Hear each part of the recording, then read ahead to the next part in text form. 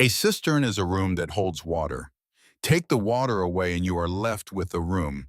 This is not a metaphor. It is a fact of construction that every stonemason on the American frontier understood, and that most farmers forgot the moment the cistern stopped holding water, which happened often enough that the countryside was littered with them. Dry stone chambers sunk into hillsides and buried under barn floors and hidden beneath kitchen gardens. Their walls still sound, their mortar still tight, their only deficiency the one thing that had defined their purpose, which was the water they no longer contained. The cistern on the Marlowe property in Barron County, Kentucky, was built in 1841 by a mason named Seward, who charged $14 for the work and who built it the way he built everything, which was too well. The chamber was 10 feet in diameter and 9 feet deep, circular with walls of cut limestone blocks laid in lime mortar 2 feet thick. The floor was flagstone, flat slabs of the same limestone fitted tight and sealed with mortar until the surface was as smooth and waterproof as a dinner plate. The ceiling was a corbelled dome, each course of stone projecting slightly inward from the one below until the courses met at the top in a capstone that closed the dome like a cork in a bottle. The dome was 2 feet thick at the base and 18 inches at the crown, and it supported the weight of 4 feet of earth above it, without timber, without iron, without anything except the geometry of the arch, which is the oldest structural principle in the world and the most reliable. The cistern held water for 32 years. In 1873, the limestone bed that fed the spring cracked during a drought, and the water table shifted 6 feet east, and the cistern went dry. The Marlowe family, who had used it as their primary water source for 3 decades, dug a new well, abandoned the chamber, and forgot about it, the way people forget about anything that stops being useful completely within a season. Verity Marlowe did not forget because Verity Marlowe had nowhere else to go. She was 20 years old on the morning of the 15th of March, 1885. She stood in the front room of the Marlowe farmhouse with a canvas bag at her feet, and she listened to her mother-in-law give her orders for the last time. The bag contained her clothes, a wool blanket, a cast-iron pot, a sewing basket, and the family Bible that had belonged to her mother. Drusilla Marlowe had tried to keep the Bible that morning because Drusilla kept everything, and the Bible had been on the mantle for 11 months, and Drusilla had come to think of it as hers. Verity had taken it anyway. It was the only argument she won that day, and she won it by reaching past Drusilla and lifting the book from the mantle without asking, and by walking out of the room before Drusilla could gather the words to say no. She was 5 feet 4 inches tall.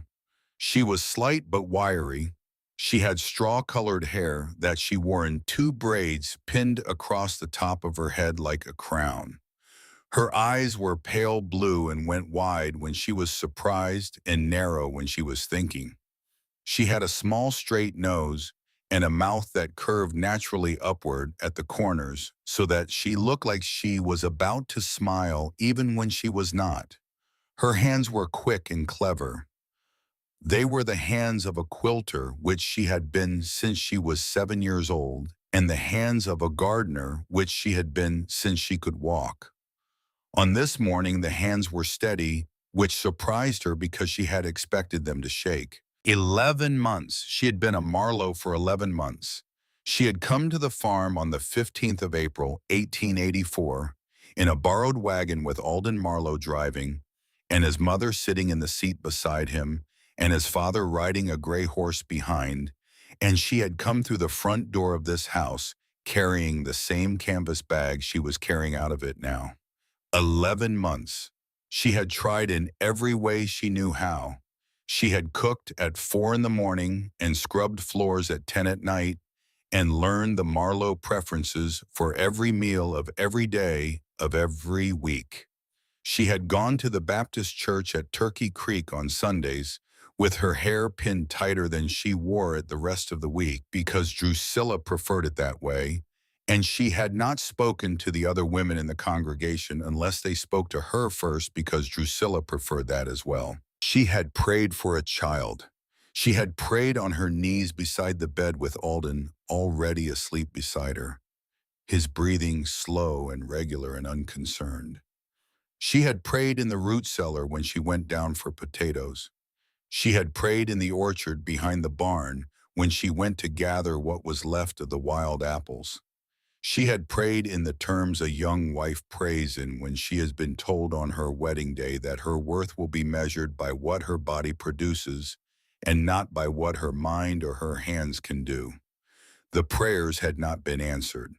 11 months of a marriage bed, and the body had not done what the body was expected to do, and Drusilla Marlowe, who had borne 6 children and regarded fertility as a moral achievement rather than a biological event, had begun to count the months allowed at supper in the way a bookkeeper counts overdue accounts. Verity had known the reckoning was coming.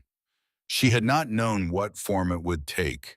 She had thought in the worst of her imaginings that Drusilla would send her to a midwife in Glasgow, or would require her to take some foul tea, or would simply extend the counting month after month until Verity's own courage gave out and she went home to her people in Metcalfe County. She had not imagined what had in fact been done, which she learned only in pieces in the days before the 15th of March, and in full on the morning of the 14th, when she was laying a fire in the kitchen stove, and she heard Drusilla speaking in the parlor to Alden's aunt, who had come out from town. Drusilla said the arrangements had been made before Christmas. Drusilla said the Bowen family in Glasgow had been approached through a cousin in November. Drusilla said Constance Bowen was a fine, strong girl of 17 with 3 older sisters who had between them produced 11 children, and that the Bowen family had agreed to the match in principle in December, pending only the removal of the current Mrs. Marlowe. Drusilla said the removal would be handled in the second week of March, and that by the end of April, Alden would be engaged to Constance, and by the harvest he would be married. Verity stood by the kitchen stove with a pine splinter in her hand and a small flame building in the grate, and she listened to her own life being discussed in the next room as a problem that had been solved by appointment 3 months in advance. She did not drop the splinter. She did not cry. She did not go into the parlor. She laid the splinter in the flame, and she closed the stove door, and she walked to the window above the sink, and she looked out at the March yard, and she understood in a way that was beyond speech that she had been dead to this house since December, and that the 11 months she had thought she was living had ended in the first week of winter, and that what she had been doing since then was keeping house for a ghost. She finished the fire, she made the coffee, she made the biscuits, she served the breakfast, she washed the plates. She did all of this because she had not yet decided what else to do, and because the doing of familiar things was the only way she knew to keep her hands from shaking hard enough for Drusilla to see. Drusilla had told her at 3 in the afternoon on the 14th of March that she was to leave the following morning. Drusilla had said it in the kitchen at the table where Verity had eaten 3 meals a day for 11 months. Drusilla had said it without sitting down. Drusilla had said it with the particular flat efficiency of a woman who had written the speech out in her head so many times that the delivery had gone smooth. Drusilla had said the arrangement has not worked. We have made other plans. You will pack your things tonight, and you will be gone before the sun is high tomorrow. You may take what you brought. You may not take anything that was given to you by this family. Alden will not be at the house in the morning. He has been sent to Glasgow on business. You are to be gone when he returns. Verity had looked at Drusilla across the kitchen table, and she had waited for her own throat to produce some sound, and no sound had come. She had nodded once. She had turned and she had walked up the stairs to the bedroom she shared with Alden, and she had packed her canvas bag, and she had sat on the edge of the bed until Alden came up at 9 in the evening, and she had waited for him to speak. He had not spoken. He had known. It was clear from the way he did not look at her, from the way he sat on his side of the bed with his shoulders turned inward, from the way his breathing went shallow, the moment he lay down beside her, that he had known before supper, possibly before noon, possibly for weeks. He had not protested to his mother. He had not ridden to Glasgow to break off whatever had been arranged with the Bowens. He had not in 11 months of marriage once stood between Verity and his mother on any matter of substance, and he was not going to begin standing between them now. She had lain in the dark beside him. She had listened to him pretend to sleep. She had counted the breaths he took, and she had known by the rhythm of them that he was awake and that he was going to remain awake beside her without speaking until she got up in the morning and left. She had counted at one point to 1,000, at another to 3,000. Somewhere past 4,000 she had stopped counting. At dawn she rose. She dressed in the gray wool traveling dress she had been married in. She pinned her braids across her head. She picked up the canvas bag. She walked down the stairs. Drusilla was in the kitchen. Alden was not in the kitchen. Alden was, she understood, without needing to confirm it, in the barn where he had gone before first light to avoid being in the house when she came down. Drusilla handed her a biscuit wrapped in a square of cloth, and she said, "Good luck to you, Verity." Verity did not answer. She took the biscuit. She opened the front door. She stepped out into the raw March wind, and she closed the door behind her. She stood on the porch for perhaps 30 seconds. The thermometer beside the door read 36 degrees. The wind was coming out of the northwest hard and unsteady, carrying the smell of mud and old snow and wood smoke from the kitchen chimney behind her. She could have gone down the front path to the road. She could have walked the 6 miles to the stage stop at Mary Oaks and caught the eastbound coach to Glasgow, and from Glasgow she could have written to her brother in Metcalfe County and waited for him to come. That was the plan Drusilla had assumed she would follow, because it was the plan a sensible 20-year-old woman would follow, and Drusilla had spent 11 months assuming Verity was sensible. Verity did not go down the front path. She went around the side of the house.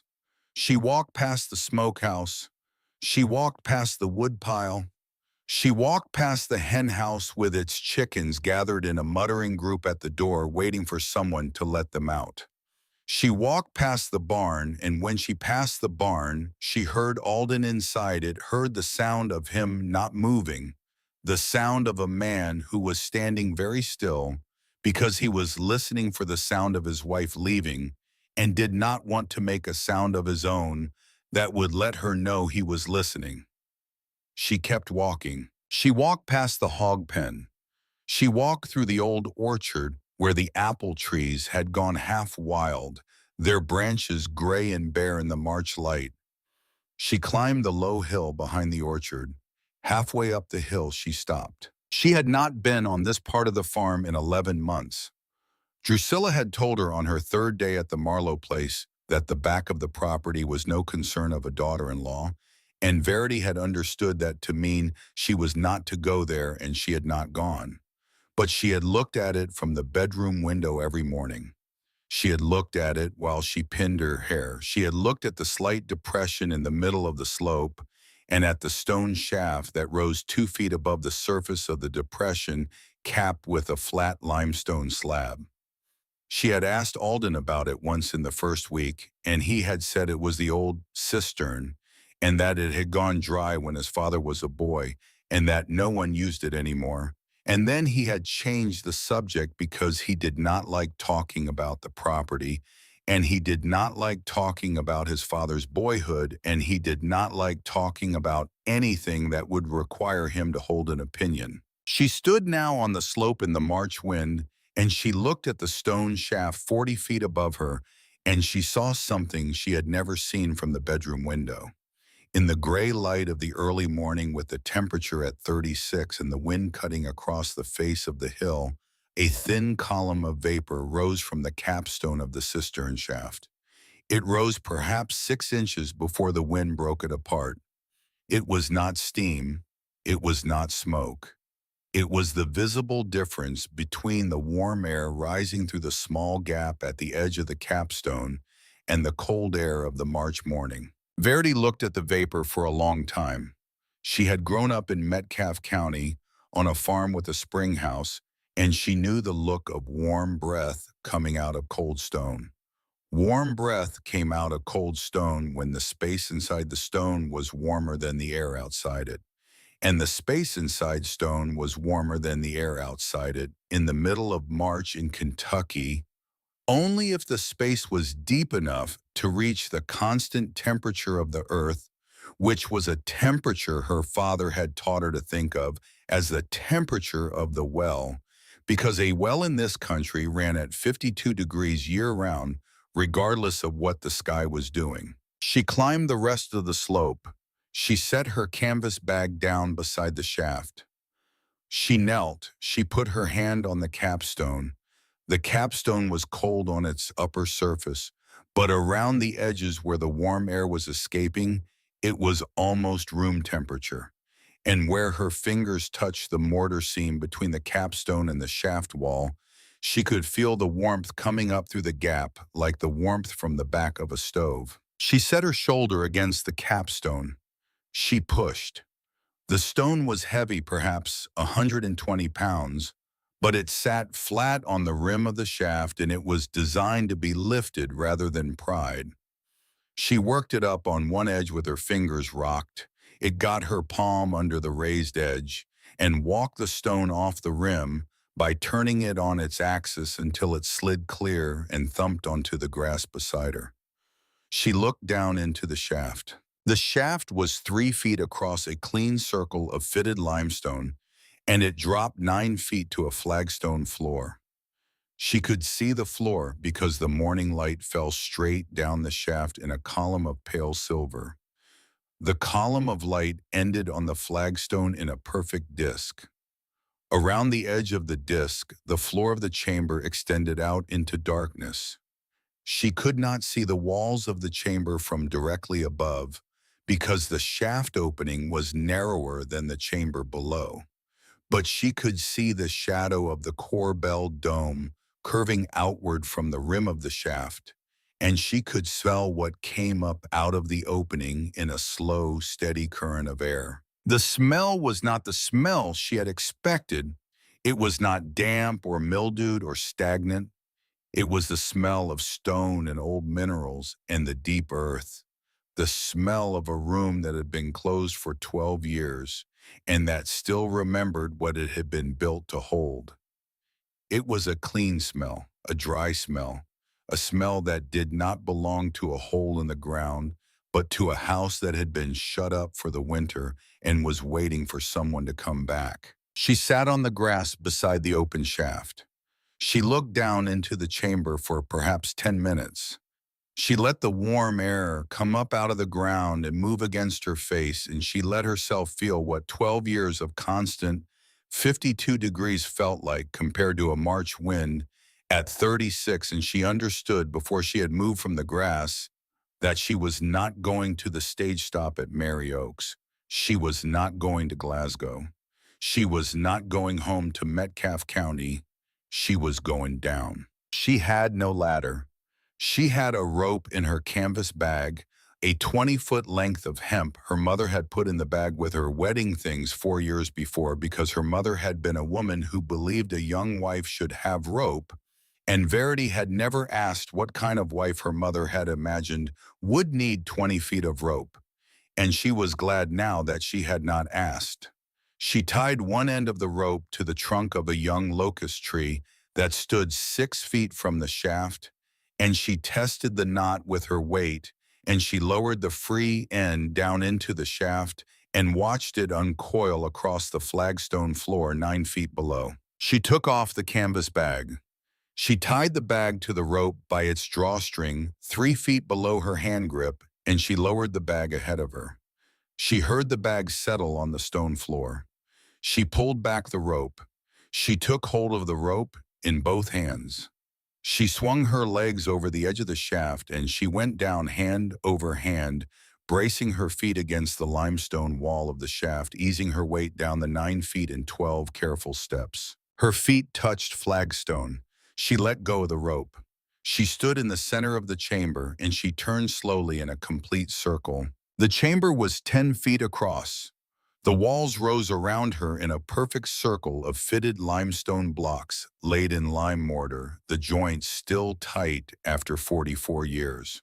Above her, the core-belled dome rose in diminishing circles of stone to the capstone, 9 feet above the floor. The capstone now lit at its center by the open shaft. The shaft, a column of pale silver light coming straight down into the middle of the chamber. The light fell on the flagstone floor and spread outward in a disk of pale gray, and the walls of the chamber stood in the deeper shadow at the edges of the disk, and the whole room was lit, the way a room is lit by a single candle set in the center of a dinner table at night, except that the candle was the sun. The temperature was the first thing she felt after the light. The 36 degrees of the March morning was gone. The air on her skin was cool but not cold.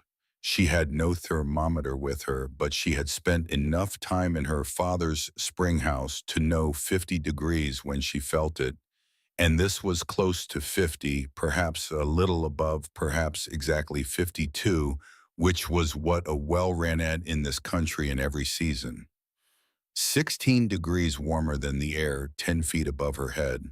No fire, no heat source, nothing but the earth itself holding its own temperature against the weather. The second thing she felt was the silence.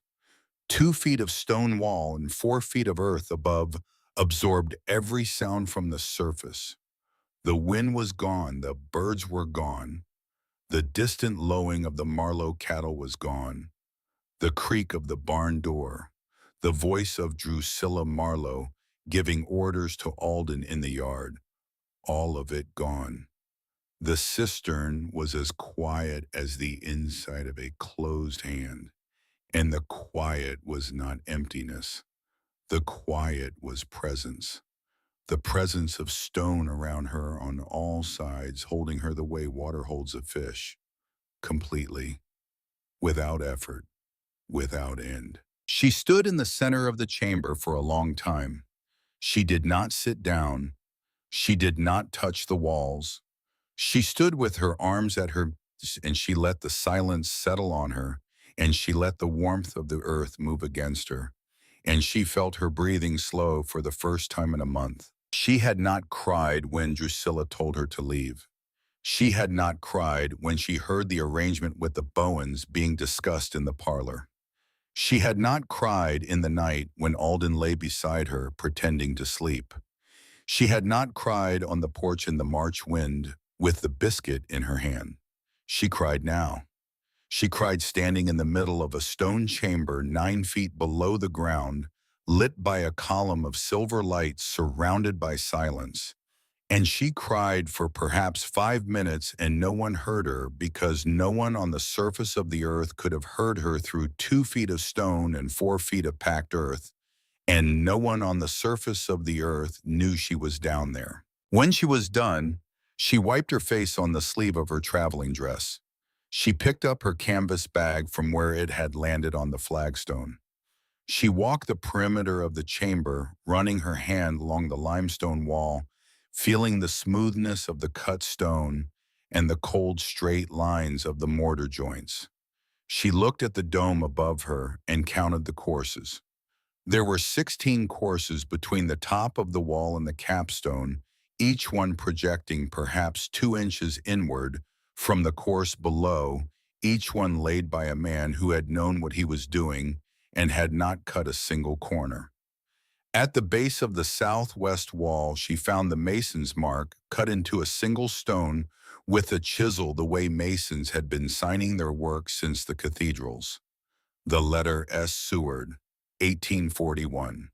A man who had charged $14 for this room and had built it the way a man builds a thing that is going to outlive his grandchildren. She sat down on the flagstone floor. She opened the canvas bag. She took out the wool blanket. She spread the blanket on the stone in the center of the chamber, in the disk of silver light coming down from the shaft. She took out the cast iron pot. She took out the sewing basket. She took out the family Bible, the one Drusilla had tried to keep. She laid each of these things in a row on the blanket. She looked at them. She had in the world a blanket, a pot, a basket, a book, and the dress she was wearing. She was 20 years old. She had no husband who would defend her. She had no child to answer to. She had no home but the one she was sitting in, which was a chamber 10 feet across and 9 feet deep, built by a dead man for a purpose that had ended 12 years ago. She was going to stay. She understood this as a settled fact. She did not debate it with herself. She did not list the reasons. She had decided it the moment she saw the column of vapor rising from the capstone, and she was not going to undecide it now that she had climbed down into the chamber and found it warm and dry and silent and sound. The cistern was a room. The room would hold her the way it had once held water. It would not leak. It would not fail. It would not send her away because the body she had not yet produced a child from. She stood up. She tied her canvas bag back to the rope. She climbed the rope hand over hand back up the shaft. She came out into the wind and the gray light, and she set the capstone back over the opening because leaving the opening exposed would have let the rain in and let the warmth out, and she was going to need the warmth. She shouldered her bag. She walked down the hill. She did not go back to the Marlowe farmhouse. She cut across the pasture to the west, through a break in the rail fence, and she walked 3/4 of a mile along the creek until she came to the Grimes place. Obadiah Grimes was 71 years old that spring. He was a thin man with a white beard cut square at the jaw and a pair of gray wool trousers held up by suspenders, older than his grandson. He had been a stonemason as a young man. He had worked on the courthouse in Glasgow in 1838, and he had worked on 3 churches between there and Bowling Green in the years that followed, and he had worked in 1841 as the journeyman assistant to a master mason named Seward on a small job on a farm in Barron County, building a cistern for a family named Marlowe. He had been 27 years old that year. He had helped lay every course of the Corbell dome. He had mixed the mortar. He had set the capstone himself under Seward's direction. Verity did not know any of this. Obadiah had never spoken of it to anyone because Obadiah was a man who had come to believe over the course of 7 decades that most things in this life were best handled by not speaking of them. He was splitting stove wood beside his house when Verity walked up his lane. He set the axe head down on the chopping block. He watched her come. He took in the canvas bag on her shoulder and the traveling dress and the pinned braids and the particular way a young woman walks when she has made a decision she is not going to discuss. He waited until she stopped at the edge of his yard. She said, "Mr. Grimes, I need to borrow a sledgehammer." He looked at her for perhaps 5 seconds. He did not ask what she needed it for. He did not ask where she was living. He did not ask whether she had left the Marlowe place, though he knew because everyone in Barron County knew by noon of the 15th that the young Marlowe woman had been put out, because Drusilla Marlowe was not a woman who could hold a piece of news for longer than half a morning. He nodded once. He walked to his tool shed. He came back with a sledgehammer. 12-pound head hickory handle, 40 inches long. He handed it to her. She said, "Thank you, I will bring it back." He said, "No hurry." She walked back the way she had come. She crossed the pasture. She climbed the hill behind the orchard. She stood beside the capstone with the sledgehammer in her hand. She looked down the south face of the hill to the place where the hillside fell away sharply toward the creek bottom, where the earth cover above the cistern wall would be thinnest. She calculated 3 feet of wall, perhaps 2 feet of earth above it on that face, possibly less. Tunnel cut through the hillside from the south face angled slightly upward would meet the chamber wall at floor level. She would need to break through the wall from outside. She would need to do it without collapsing the dome. She would need the sledgehammer for the wall and a pick for the earth, and she had neither a pick nor a shovel, and she was going to have to borrow those too, and Obadiah Grimes was going to lend them to her, and he was not going to ask her what she needed them for. She set the sledgehammer down beside the capstone. She walked back down to the Grimes place. That evening, when she had finished marking the line of the tunnel with the stick along the south face of the hill, when she had come down once more to fetch a pick and a long-handled shovel from Obadiah's shed, when she had climbed the hill for the fourth time and set her tools in a neat row beside the stone shaft, and had eaten the biscuit Drusilla had given her at dawn, and had opened the capstone and lowered her bag and climbed down into the chamber and laid her wool blanket on the flagstone and lain down on it in the disk of fading silver light, she heard a sound from the surface, a small thump, the sound of a heavy object being set down on the grass above her. She climbed the rope. She came up out of the shaft. The sun was almost down. The hillside was empty. There was no one in sight. But at the base of the stone shaft, just outside the circle of disturbed grass where she had stood that morning, 3 things had been placed on the ground in a small, neat pile. A coil of iron nails in a paper twist, perhaps 40 nails, the kind used for hanging things on stone walls. A tin lantern with a glass chimney and a small reservoir of oil. And a piece of smoked ham wrapped in waxed cloth, perhaps 2 pounds enough for a week if eaten carefully. She stood beside the pile in the last light. She looked down the hill toward the Grimes place. She could see the roof of the Grimes house through the trees and the smoke from the Grimes chimney, and she could see no figure walking anywhere between the Grimes house and the hill. Whoever had brought the 3 things had come and gone without being seen, and was not going to come forward now to be thanked. She picked up the nails and the lantern and the ham. She lowered them into the shaft ahead of her on the rope. She climbed back down. She set the lantern on the flagstone. She lit it with a match from her sewing basket. The chamber filled with soft yellow light that caught the curves of the corbelled dome and the mortar lines of the wall and the silver flash of the nails in their paper twist. And she sat on the wool blanket with a lantern burning at her feet and the ham wrapped in its cloth beside her.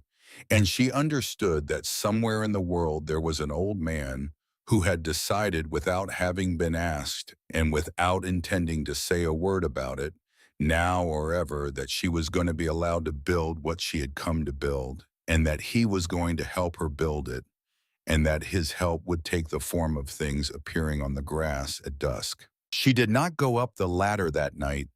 She did not set the capstone back in place. She left the shaft open for the air.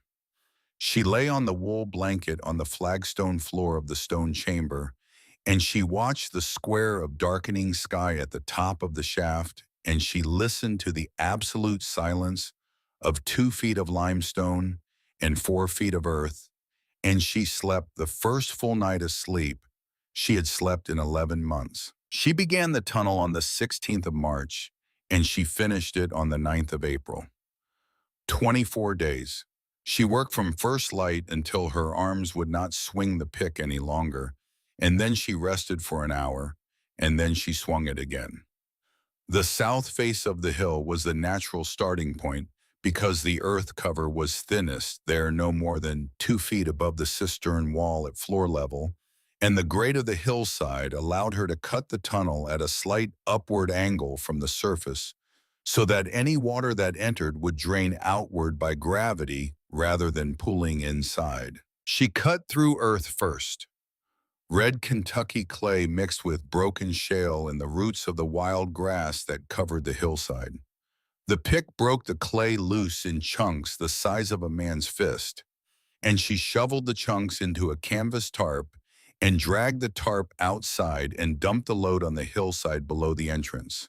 She moved perhaps 900 pounds of earth per day. Her shoulders seized on the fourth day, and she could not raise her arms above her head for 2 days after that, and she worked through it by swinging the pick from a lower position, angling the blows upward into the clay rather than overhead, adapting the motion to what her body could do rather than demanding what it could not. She was 20 years old and she weighed perhaps 115 pounds, and she had been a gardener and a quilter, not a miner. But she had also been a woman who had carried water from the well to the kitchen 3 times a day for 11 months, and who had chopped kindling every morning, and who had scrubbed a plank floor on her hands and knees every Saturday. And the body she had built doing those things was not the body Drusilla had dismissed. It was stronger than it looked, and it learned fast. The earth gave way to stone on the 8th day. She hit the cistern wall at a depth of 5 feet into the hillside. 2 feet of cut limestone and lime mortar laid by Seward 44 years ago, and as sound as the day he had set it. She could hear the hollowness on the other side when she tapped the wall with the handle of the pick, a low boom like tapping the side of an empty barrel. The cistern was right there on the other side of 2 feet of stone that a mason had laid to hold 10,000 gallons of water, and that was now holding nothing but air and silence in a wool blanket on a flagstone floor. She swung the sledgehammer. The first blow did nothing. The limestone was hard and the mortar was good, and the wall had been built to resist the lateral pressure of 9 feet of water pushing outward in all directions, which was a pressure considerably greater than anything a 20-year-old woman with a 12-pound sledgehammer could produce.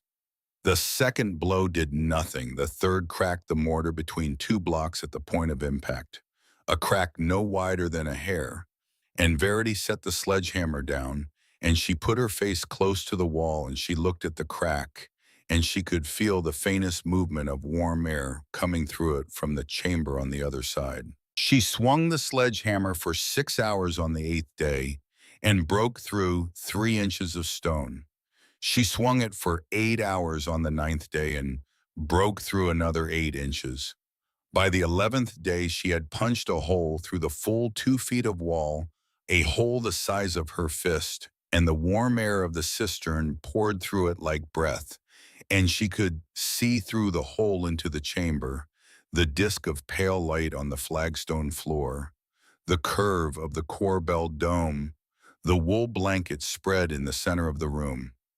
She spent the next 13 days widening the hole into a passage 3 feet wide and 4 feet tall, knocking out the limestone blocks one by one with the sledgehammer, and the pick stacking them neatly inside the tunnel for later use until on the afternoon of the 9th of April, she knocked out the last block and stepped through the wall and stood inside the cistern at floor level for the first time without having climbed down a rope. She built the door that same week. She framed it from cedar planks she had split from a dead cedar on the hillside above the cistern, using the nails Obadiah had left her and a borrowed hatchet.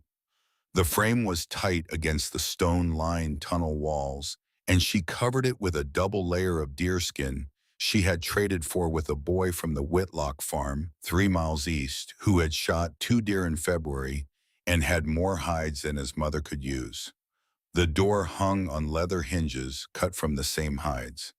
It swung inward into the tunnel, and when it was closed, it sealed the passage against wind and rain and the smell of the surface world, and when it was opened, the tunnel became a light shaft.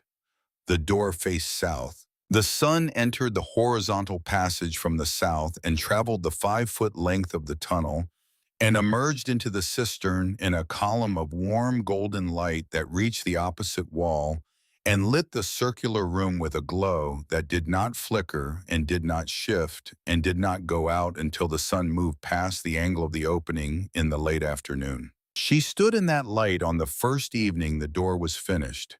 She stood in the center of the cistern with the golden column pouring through the tunnel and striking the north wall behind her, and she turned slowly and she saw what the room had become. The flagstone floor scrubbed clean with creek water and sand level and dry.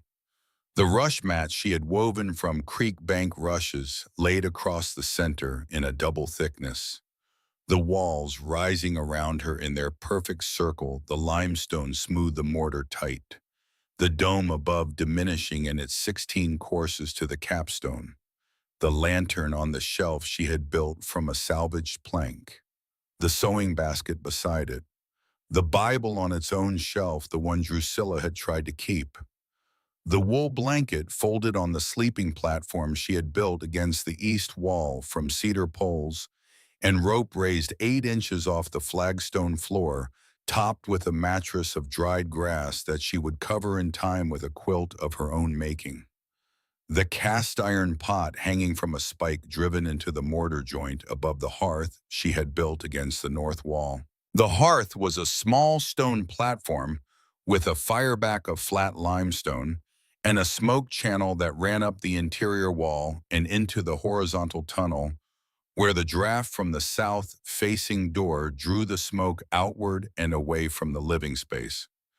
The draft was strong. The temperature difference between the warm cistern interior and the cooler tunnel created a natural pull that cleared the smoke within seconds of lighting.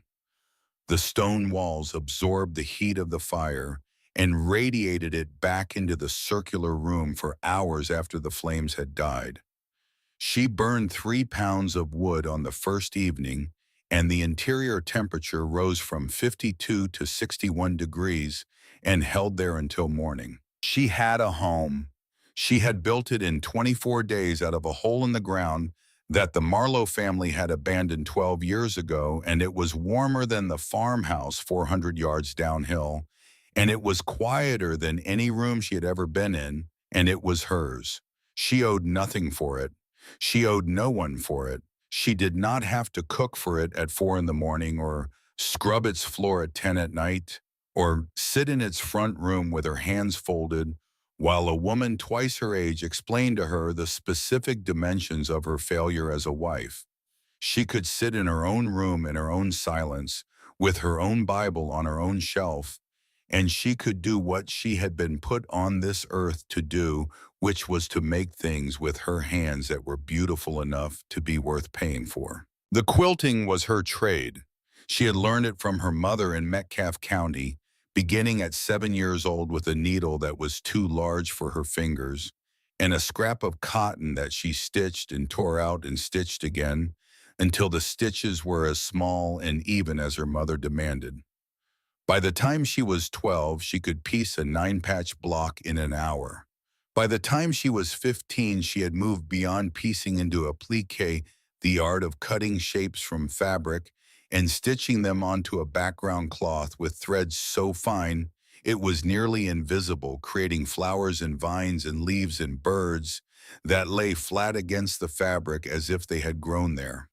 By the time she married Alden Marlowe at 19, she had completed 11 quilts, 4 of which had been sold at the county fair in Edmonton for prices that made the other quilters in the county stop talking when she walked past their tables. She set up the quilting frame near the tunnel entrance on the second week of April.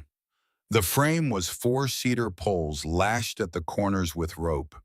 The quilt stretched taut between them, the whole apparatus tilted at an angle that put the working surface at the height of her seated eye.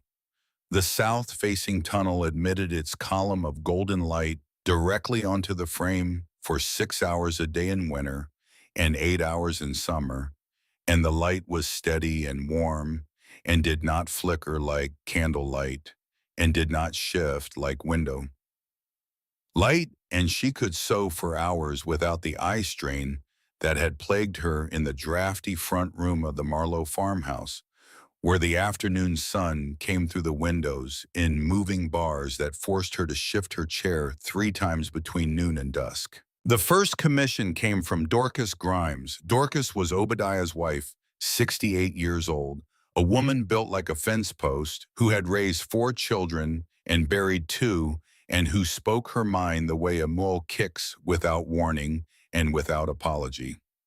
Dorcas had heard from the women at the Baptist church at Turkey Creek that the young Marlowe woman was living in the old cistern on the hill behind the Marlowe orchard, and Dorcas had not believed it.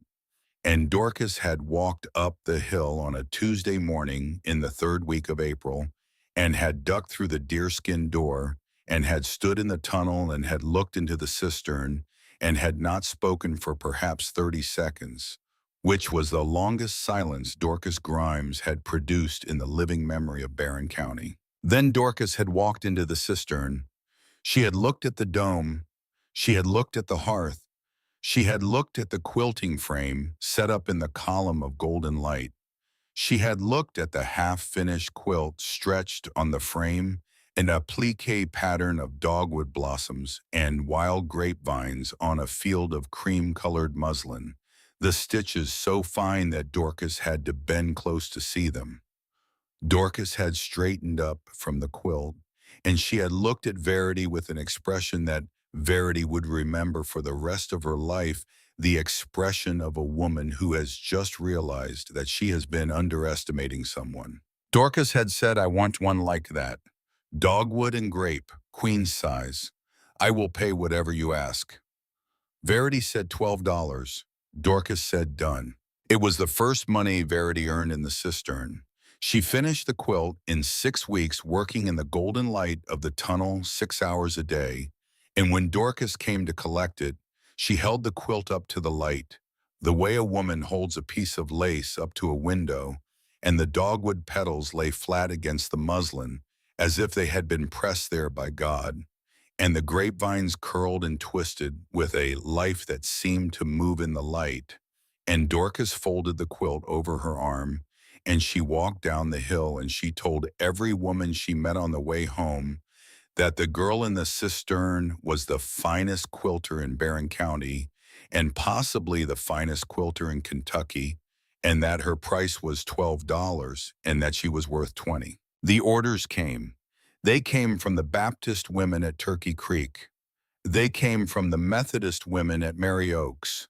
They came from the farm wives along the Glasgow Road who had heard from Dorcas, or from the women who had heard from Dorcas, and within 6 weeks Verity had a waiting list of 4 quilts and a tin box under her sleeping platform with $36 in it, more money than she had held in her hand at one time in her life. By May, she had bought provisions: cornmeal and salt pork and dried beans and coffee and a pound of white sugar that she kept in a jar on the provision shelf, and allowed herself 1 spoonful per day in her coffee, because a woman who lives in a stone room under a hill is entitled to 1 small luxury per day, and sugar was hers. By July, she had enough saved for the goat. The goat was a young Nubian doe, dark brown with cream-colored ears, bought from a farmer near Glasgow for $4. Verity led the doe down the tunnel on a rope halter, and the doe resisted at first, planting her hooves at the entrance and pulling back against the rope with the particular stubbornness that goats reserve for situations they find beneath their dignity. But when the doe stepped through the deerskin door and entered the tunnel and felt the cool, steady air of the underground on her face, she stopped pulling. She walked the length of the tunnel without resistance. She stepped through the opening into the cistern, and she stood on the flagstone floor, and she looked around the circular room with the calm appraisal of an animal that has found a place it understands. Verity built a pen against the west wall of the cistern. She used the cistern wall as one side and dry stacked limestone blocks from the tunnel excavation for the other 3, creating an enclosure 4 feet by 6 feet with a floor of loose straw laid on the flagstone. The doe adapted within days.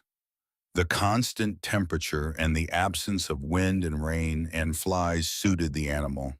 And the stable climate meant stable metabolism, and the doe gave a quart and a half of milk daily through the summer and did not drop below a quart even in the coldest weeks of the winter that followed. Dorcas Grimes taught Verity to make cheese. Dorcas came up the hill on a Wednesday afternoon with a muslin cloth and a bottle of rennet and the particular patience of a woman who has been making cheese since before Verity was born, and who shared the knowledge freely because Dorcas believed that knowledge was like bread. It went stale if you did not pass it around. By August, Verity was pressing small wheels of hard cheese in a mold Obadiah had carved from a block of walnut, and the cheese aged in the cool air of the cistern at a steady rate that produced after 60 days a sharp white cheese that Dorcas declared was better than anything she had tasted in Barron County, though Dorcas said this privately to Obadiah because she was not prepared to make that claim publicly when her own cheese was still sitting on her own shelf. Drusilla Marlowe came to the cistern on the 14th of April 1 month and 1 day after she had told Verity to leave.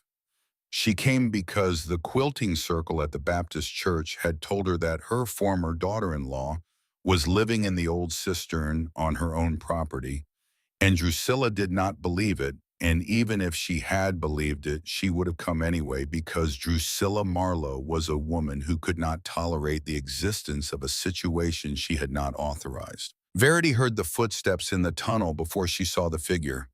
Heavy footsteps, the kind made by a woman who walks as if the ground has personally offended her. Verity was sitting at the quilting frame. She did not stand. She did not turn. She continued stitching, and she waited. Drusilla emerged from the tunnel into the cistern. She stood at the edge of the flagstone floor. She looked at the room, the dome overhead, the hearth against the north wall with its small fire burning, the sleeping platform with its grass mattress and wool blanket, the quilting frame in the golden light, the provision shelf with its jars and sacks, the goat pen against the west wall, the doe standing calmly in her straw, chewing, the 3 finished quilts hanging from iron spikes driven into the mortar joints of the walls, each one more intricate than anything Drusilla had ever sewn. Drusilla looked at all of it, then she spoke. She said, "You are living on Marlowe land. This cistern is on Marlowe property. You have no right to be here. I want you gone by the end of the week." Verity set down her needle. She stood. She walked to the shelf above the sleeping platform. She took down a folded piece of paper that she had been carrying in her canvas bag since the day she left Metcalfe County for her wedding, a piece of paper her mother had given her on the morning of her departure, with the instruction that she keep it where no one would find it and read it if she ever needed to know where she stood. The paper was a copy of a promissory note dated the 12th of September, 1841. The note recorded a loan of $14 from a blacksmith named Hollis Crew, who was Verity's grandfather on her mother's side, to a mason named Seward for the completion of a cistern on the Marlowe property in Barron County. The loan had been secured by a written agreement witnessed by the county clerk at Glasgow, granting Hollis Crew and his descendants perpetual right of access and habitation to the cistern and the quarter-acre of land surrounding it, in consideration of the fact that without Crew's $14, the cistern would not have been built and the Marlowe family would not have had water. Verity unfolded the paper. She held it out to Drusilla. Drusilla took the paper. She read it. She read it again.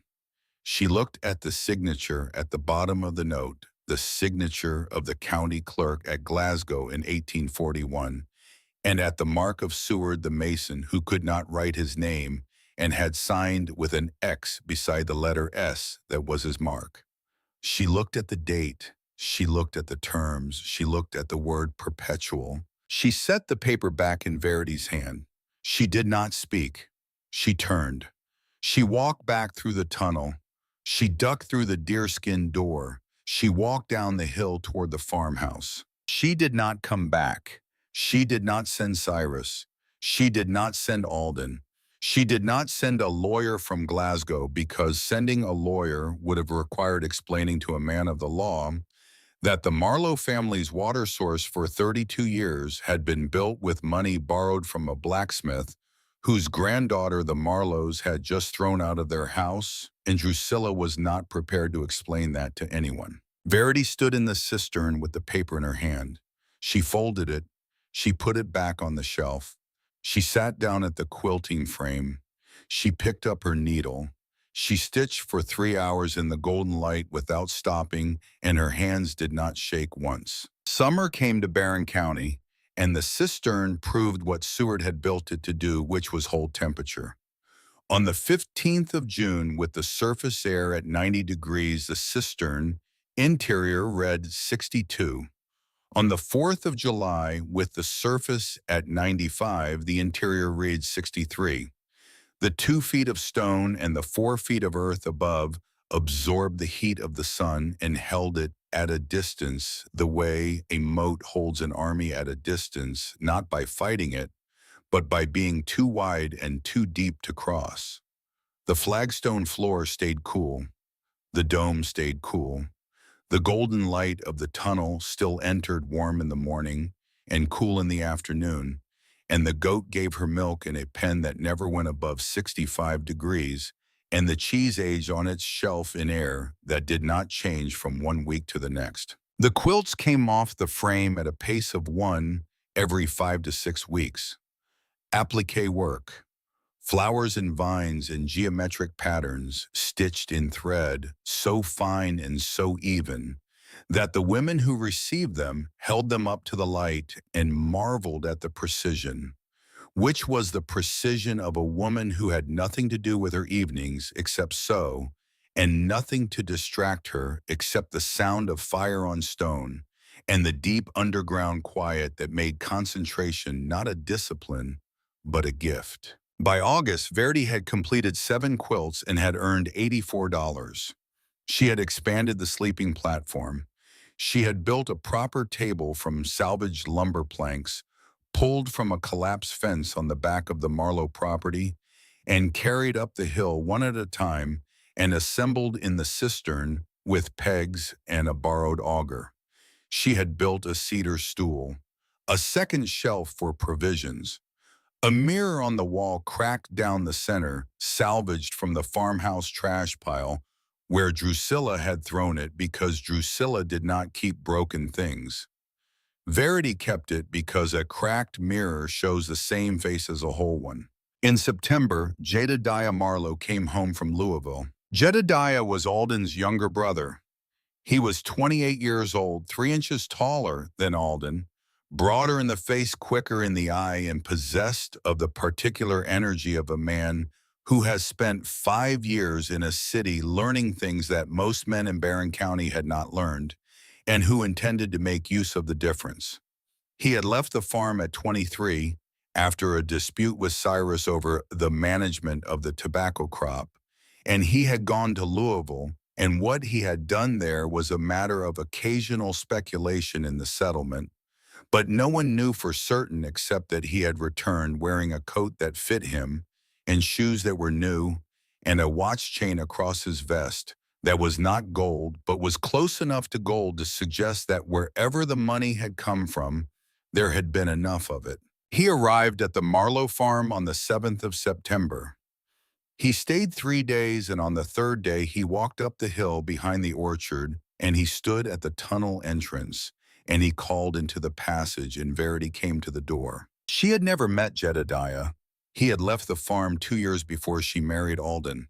She knew him only from what Alden had said, which was very little, because Alden said very little about anything that required him to hold an opinion about another person.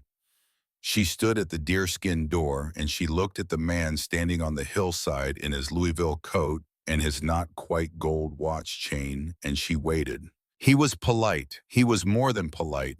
He was charming in the particular way that a man is charming when he wants something and has learned in a city how to arrange his face and his voice so that the wanting does not show, until the other person has already agreed to the first three things he has asked for. He said he had heard about her remarkable home. He said he had heard about her quilts, which were the talk of the county. He said he had heard about the cistern and its properties, the constant temperature, the natural ventilation, the stone construction, and he said he was deeply impressed. He said he had a proposal. He said the cistern was, in his estimation, a curiosity of significant commercial value. He said he had seen in Louisville exhibitions of natural wonders and architectural oddities that drew paying crowds by the hundred. He said a stone chamber underground built in 1841, perfectly preserved, inhabited by a quilting woman who had been cast out by her own family and had made a life beneath the earth, was precisely the kind of story that would sell tickets. He said he proposed a partnership. He would bring the crowds. She would show the cistern. They would split the proceeds equally, 50 cents per visitor, 10 visitors a day, $5 a day, $35 a week. More money than her quilts would ever bring. Verity listened to the proposal. She did not interrupt. She did not nod. She did not ask questions. When Jedediah had finished, she was quiet for perhaps 10 seconds, long enough for Jedediah's smile to begin to lose its certainty. She said, "Mr. Marlowe, I am not a curiosity. This is not an exhibition. This is my home. I do not wish to be looked at for 50 cents by strangers from Louisville or anywhere else. I wish to be left alone to do my work. I thank you for your interest, and I decline your proposal." Jedediah adjusted his coat. He tilted his head. He said he understood her feelings and he respected them, and he hoped she would think it over because the offer was generous, and opportunities of this kind did not come often to a woman in her situation. Verity said, "My situation is that I am standing in my own doorway, declining a proposal I did not ask for. I believe that is clear enough. Good day, Mr. Marlowe." She stepped back through the deerskin door. She let it fall closed. She walked through the tunnel into the cistern, and she sat down at the quilting frame, and she picked up her needle. She could hear Jedediah standing on the hillside for another half-minute before his footsteps moved down the slope. The winter of 1885 to 1886 arrived in December, with the particular cruelty of a Kentucky winter that has decided to be remembered. Single digits on the surface, the ground freezing to 8 inches, the wind cutting across the hilltop above the cistern with a sound like tearing cloth. Inside the cistern, the temperature held at 54 degrees. She burned 5 pounds of wood per evening, a fire so small it would not have warmed a bog in a conventional cabin. But the 2-foot stone walls and the corbelled dome and the 4 feet of earth above held the heat the way they had once held water. Absolutely, without leaking, without losing, without any gap or seam through which the precious warmth could escape. The Marlowe farmhouse 400 yards downhill burned 35 pounds of wood per day through the same cold and maintained a temperature of 38 degrees on the worst nights. Cyrus Marlowe spent the winter hauling wood and feeding the fireplace and complaining about the cold that found every gap in the clapboard walls. And he did not know, or chose not to know, that the girl his wife had thrown out was living 400 yards uphill in a room that was 16 degrees warmer and burned a seventh of the fuel. On the night of the 24th of December, 1885, the wind came out of the north at a speed that bent the trees on the ridge above the cistern to angles that would have seemed impossible in daylight. The temperature dropped to 4 degrees above zero. The ground was frozen so deep that the fence posts along the road cracked and split in the night with sounds like pistol shots. The Marlowe cattle huddled in the barn, and Cyrus and Drusilla and Alden sat by the fireplace in coats and scarves, feeding the fire every 20 minutes. Verity sat in the cistern at 54 degrees with a quilt on her lap and a cup of coffee in her hand, and the goat asleep in its pen, and the fire burning at 3 pounds, and she was as warm as she had been on any evening since April. At 9 in the evening she heard the sound. It came through the earth above her, muffled by 2 feet of stone and 4 feet of frozen ground, but it came through because it was not an ordinary sound. It was a crack, and then a crash, and then a scream, and the scream was the high, thin scream of a child, and it cut through the stone the way a knife cuts through cloth, because some sounds are too sharp for any wall to stop. She was at the tunnel door in 4 seconds. She pushed through the deerskin, and she stood on the hillside in 4-degree air with the wind hitting her face like a slap, and she looked down the south face of the hill toward the road. She saw the lantern first, a single yellow point of light moving along the road from the east, bobbing with the gait of a running man.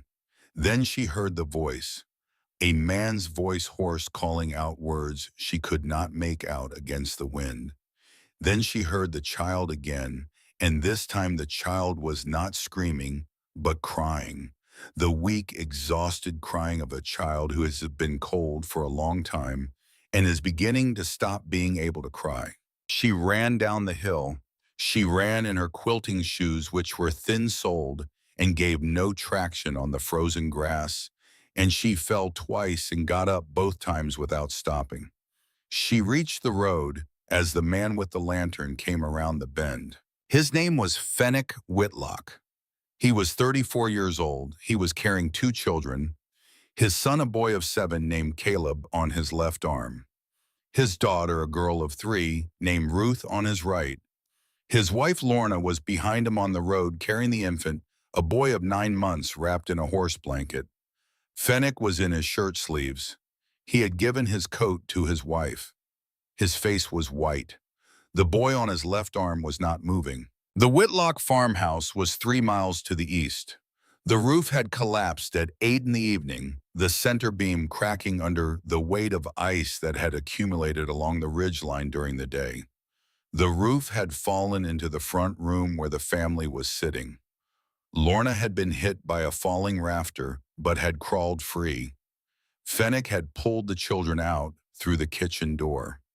They had been walking toward the Marlowe farm for an hour because the Marlowe farm was the nearest dwelling, and Fenwick had been calling out for the last quarter-mile, but no one in the farmhouse had heard him because the farmhouse windows were shuttered against the cold and the wind was blowing the wrong direction. Verity had heard him because sound travels through frozen earth in ways that air does not carry it, and because the open capstone of the cistern's ventilation shaft acted as a funnel, catching the sounds of the hillside and channeling them down through the stone column into the chamber below, and because Verity had been sitting in the silence of 2 feet of stone and 4 feet of earth, where a scream from outside fell on her ears the way a stone falls on still water. She took the boy from Fenwick's arm. The boy was limp. His skin was gray. His eyes were closed. She did not wait. She carried him up the hill. She kicked the deerskin door open with her foot. She carried him through the tunnel. She laid him on the flagstone floor beside the hearth. The fire was still burning. The cistern was still at 54 degrees. She pulled the quilt from her sleeping platform, and she wrapped the boy in it. She put her hand on his chest. She could feel his heart. It was slow and weak, and it was beating with the irregular rhythm of a body that has spent too long in the cold and is beginning to forget how to do the thing that keeps it alive. She stoked the fire. She added wood. She added more wood than she had burned in any single evening since April, and the stone walls drank the heat and held it, and the room climbed to 60, then 62, then 65. She held the boy against her chest with the quilt around both of them, and she pressed her own warmth into him through the fabric, and she rocked him the way a mother rocks a child, which she had never done because she had never had a child, But she did it now because the motion was in her body, whether she had practiced it or not. The way the motion of swimming is in the body of a child who has never been in water. Some things the body knows without being taught. Fenwick came through the tunnel with his wife and the two other children. Lorna Whitlock collapsed on the flagstone floor beside the hearth. The infant was crying, which was good, because a crying infant is a breathing infant. The 3-year-old girl stood just inside the tunnel and did not move her eyes wide, her lips blue, her small hands curled into fists inside the sleeves of her nightgown. Verity gave the girl a cup of warm milk from the goat. She warmed the milk on the hearth in the cast iron pot, and she put a pinch of sugar in it from the jar on the shelf, and she held the cup to the girl's mouth. And the girl drank slowly at first, and then with a hunger that was not hunger, but the body remembering what warmth tasted like. She gave Lorna a cup of the same milk. She gave Fenwick a cup of coffee. She did not give Fenwick warm milk because Fenwick was a grown man, and a cup of strong coffee would do more for a grown man's spirits than warm milk, and she was right. At 10 o'clock, the boy opened his eyes. He looked up at the Corbel dome. He looked at the fire. He looked at Verity holding him. He said, "Where are we?" Verity said, "You are in my house." The boy said, "It is warm." Verity said, "Yes." The boy closed his eyes again and slept, and his breathing was slow and even, and his color was coming back, and Lorna Whitlock put her hands over her face and wept the way a mother weeps when the worst thing she has imagined does not happen, which is a weeping that has no sound because all of the sound was used up in the imagining. The Whitlock family stayed 3 days. They slept on the flagstone floor on quilts Verity pulled from the walls. The 3 finished quilts that had been hanging from the iron spikes, the quilts that were worth $12 each, and that Verity laid on the stone without hesitation.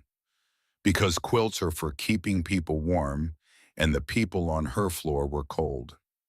Fenwick walked to the Marlowe farmhouse the next morning and told Cyrus what had happened, and Cyrus sent a wagon, and the wagon brought blankets and food and a message from Drusilla that was not recorded, but that Fenwick repeated to Verity in a tone of mild bewilderment, which was that Drusilla had said she has always been a strange girl. Verity did not respond to the message. The county heard the story within a week.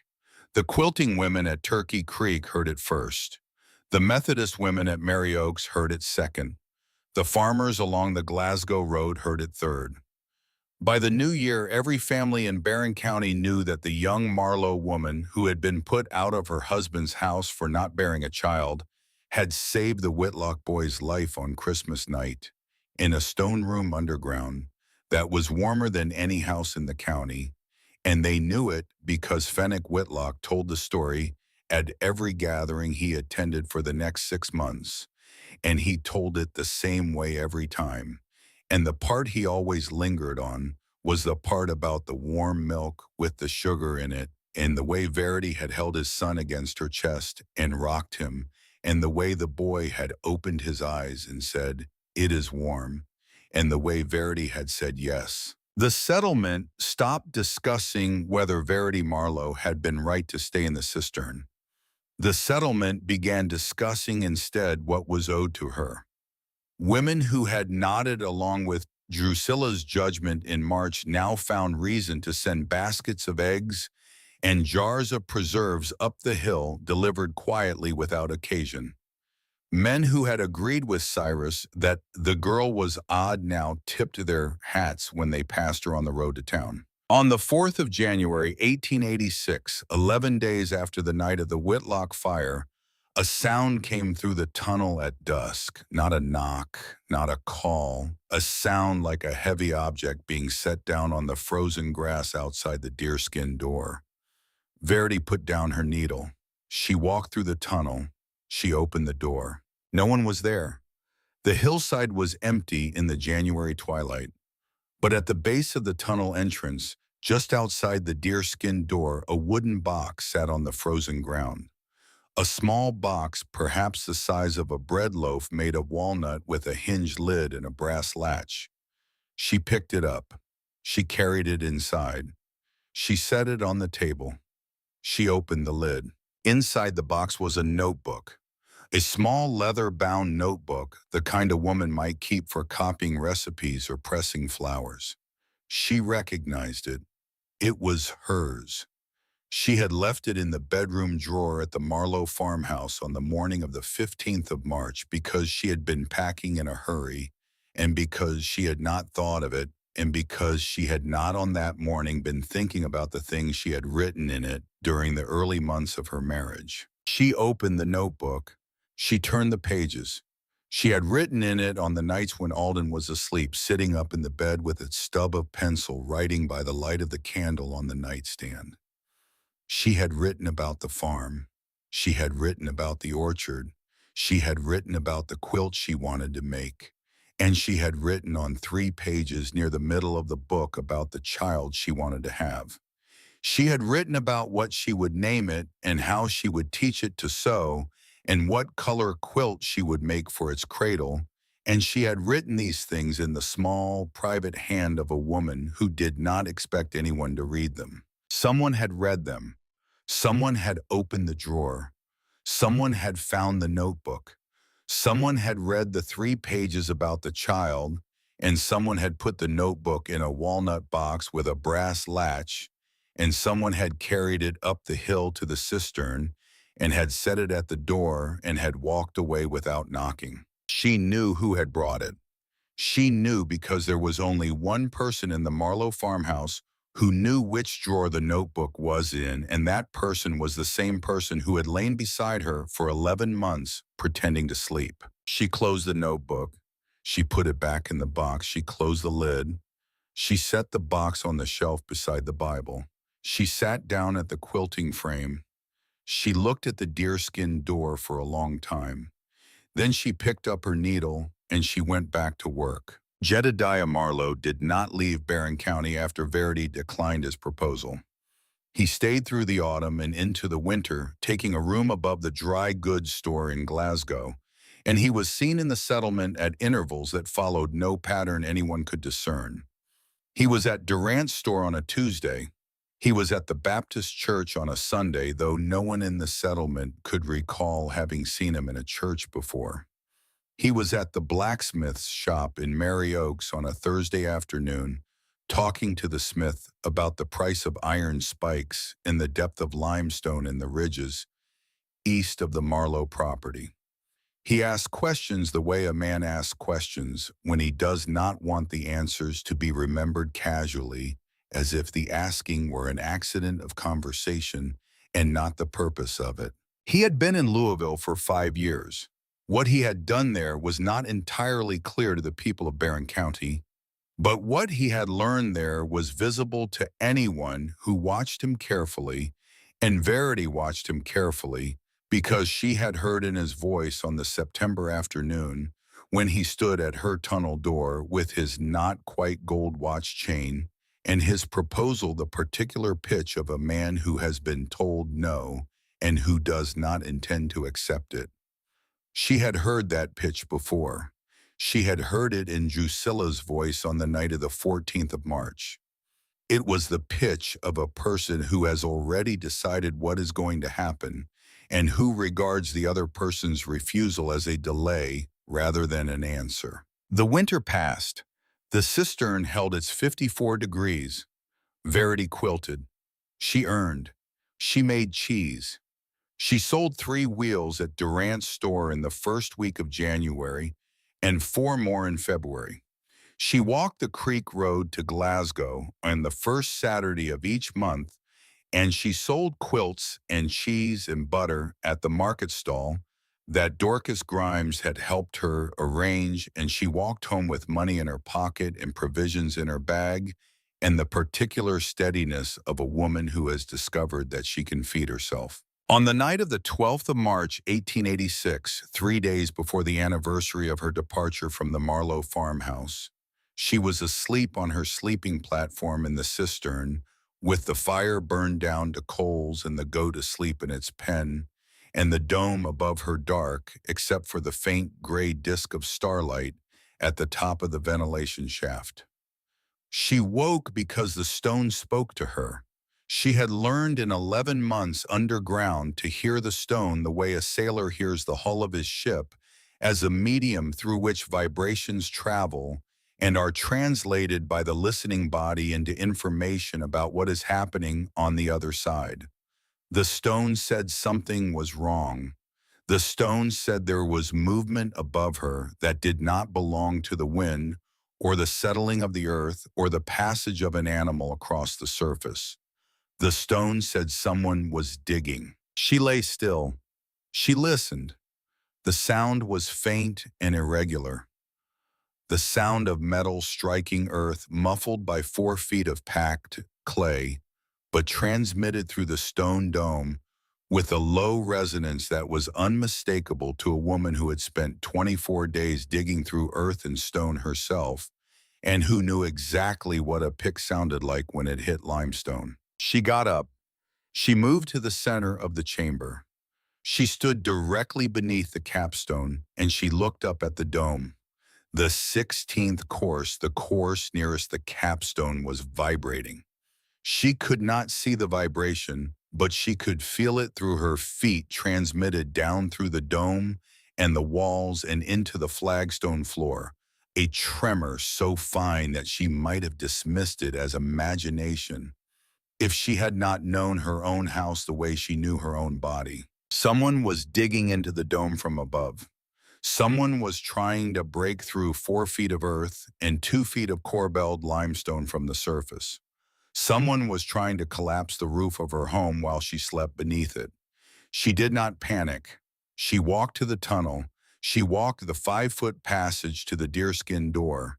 She pushed the door open an inch, and she looked out into the night. The hillside was dark. The moon had set an hour before. She could see nothing on the slope above her, but she could hear what the stone had told her she would hear.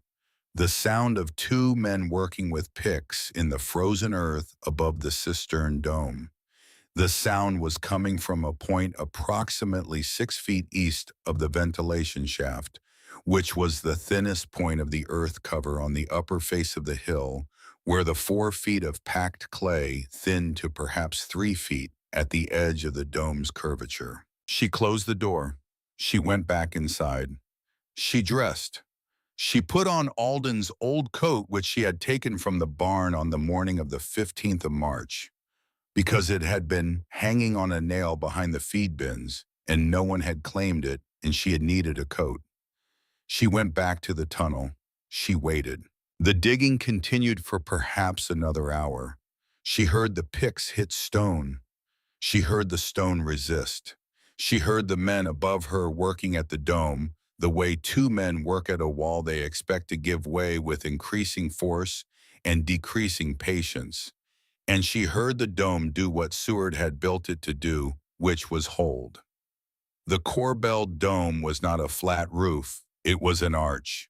An arch distributes force laterally through its curved structure, transferring the weight of any impact from the point of contact to the entire circumference of the dome, and from the circumference to the walls, and from the walls to the foundation, and from the foundation to the earth. A pick striking the crown of an arch does not break the arch. It strikes a single stone. The stone absorbs the blow and passes the force to the stones on either side, and the stones on either side pass it to the stones on either side of them. And by the time the force reaches the base of the dome, it has been divided among so many stones that no single stone bears more than a fraction of the original impact. The men above her did not know this. They knew that they had been told by a man in a Louisville coat that the cistern roof was old stone, and that old stone could be broken with a pick, and that the woman inside would have no warning and no way out except the tunnel on the south face, and that if the roof came down in the night, she would be buried, and the matter would be settled, and the land would revert to the Marlowe family, and the Marlowe family would sell it to the man in the Louisville coat for whatever he offered. The men dug for an hour. They broke through the earth cover. They reached the stone. They struck the stone with their picks for perhaps 20 minutes. They dislodged a single block from the 15th course of the bay, a block the size of a man's head, which fell 9 feet and struck the flagstone floor of the cistern with a sound like a cannon shot, and shattered into 3 pieces that scattered across the floor and came to rest against the base of the west wall. The dome held. The capstone held. The other 15 courses held. Seward's work held because Seward had built it to hold 10,000 gallons of water, pressing outward in all directions, and 2 men with picks pressing inward from one direction were not 10,000 gallons of water. The men stopped. She heard them speaking above her, their voices muffled by the remaining stone, the words indistinct but the tone clear. The tone of men who have discovered that the job they were hired to do is harder than the man who hired them said it would be. She heard them gather their tools. She heard them walk across the surface of the dome and down the slope of the hill toward the east, toward the road away from the Marlowe farm, and away from the Grimes place in the direction of Glasgow. She waited until she could no longer hear their footsteps. She went to the place where the stone block had fallen. She picked up the 3 fragments. She set them aside. She looked up at the hole in the dome, a single block missing from the 15th course, 12 inches wide, 9 inches tall. She could see the raw earth above the hole, and above the earth, a patch of night sky the size of a dinner plate. The dome around the hole was intact. The mortar joints on either side of the missing block were cracked but holding. The 14th course and the 16th course were undamaged. She picked up the fallen pieces. She climbed the rope through the ventilation shaft. She came out onto the surface. She walked to the excavation above the dome. The 2 men had dug a pit approximately 4 feet across through the earth cover to the stone, and they had worked at the stone with picks, and they had succeeded in loosening and dropping the single block. The pit was muddy and the edges were rough, and around the rim of the pit in the mud and the churned earth she found what she had climbed up to find: a piece of paper, a small piece torn from the corner of a larger sheet perhaps 3 inches by 2 inches. It had been in the mud at the edge of the pit, probably dropped from a coat pocket when one of the men bent down to examine the stone. The paper was damp but legible. On one side, in a hand she did not recognize, was written a set of directions. From Glasgow Road, take the farm track north past the second gate and up the hill behind the old orchard to the stone shaft. The shaft marks the center of the dome. Dig 6 feet east of the shaft where the earth is thinnest. On the other side of the paper, in a different hand, a hand that was rounder and more practiced, was written a single word in a set of initials. The word was agreed. The initials were J.M. She stood on the hillside in the dark with the piece of paper in her hand. J.M. Jedediah Marlowe. The directions had been written for the 2 men. The agreement had been signed by the man who had hired them. The paper was not a legal document. It was not a contract. It was a scrap torn from a larger communication that she would never see and that had probably been destroyed. But the initials were enough. The initials told her what she needed to know, and they told her something else as well, which was that Jedediah Marlowe was not a careful man. A careful man does not write his initials on instructions he gives to men he has hired to collapse a roof on a sleeping woman. A careful man burns the instructions. Jedediah had not burned them because Jedediah was not, despite the Louisville coat and the watch chain, a man who thought about consequences. He was a man who thought about opportunities, and he had confused the two, and the confusion had left his initials on a piece of paper in the mud beside the hole his men had failed to dig. She put the paper in her coat pocket. She went back down into the cistern through the ventilation shaft. She mixed mortar from the lime she kept in a tin beside the hearth. She climbed back up to the surface with the mortar in a bucket and the 3 fragments of the fallen block wrapped in cloth. She fitted the fragments back into the hole in the dome. They did not fit perfectly because stone that has been shattered does not return to its original shape. But she packed the gaps with mortar, and she pressed the fragments into place, and she smoothed the mortar with a flat stone, and she let it set. She filled the excavation pit with the earth the men had dug out, tamping it down with the flat of the shovel. By dawn, the surface of the hill looked nearly as it had looked the day before, nearly. A person who had not known the ground would not have seen the disturbance. A person who had known the ground well would have seen that the earth had been turned and repacked. She did not go to the county sheriff. She did not go to Glasgow. She did not go to the Grimes place. She waited until the sun was fully up, and then she washed her face and pinned her braids and put on the gray wool traveling dress she had been married in, because it was the most formal garment she owned, and what she was about to do required formality. She walked down the hill. She crossed the pasture. She walked through the old orchard. She walked past the barn and the smokehouse and the woodpile and the hen house, and she walked up the front steps of the Marlowe farmhouse, and she opened the front door without knocking because she had lived in this house for 11 months, and she knew the door, and the door knew her. Cyrus Marlowe was at the kitchen table. Drusilla was at the stove. They both turned when the door opened. They saw Verity standing in the front room in her gray wool dress, with her braids pinned, and her face set in an expression that was not anger and was not accusation, but was something older and harder than either of those things, something that belonged to a woman who had been dug at in the night and who had come down the hill not to ask for help, but to deliver a fact. She walked to the kitchen table. She took the piece of paper from her coat pocket. She laid it on the table in front of Cyrus. She smoothed it flat with her palm. Cyrus looked at the paper. He read the directions on one side. He turned it over. He read the word agreed in the initials J.M. He looked up at Verity. Verity said one sentence. She said, "Your son tried to bring the roof down on me while I slept. I do not need the law. I need you to know." She did not wait for an answer. She turned. She walked back through the front room.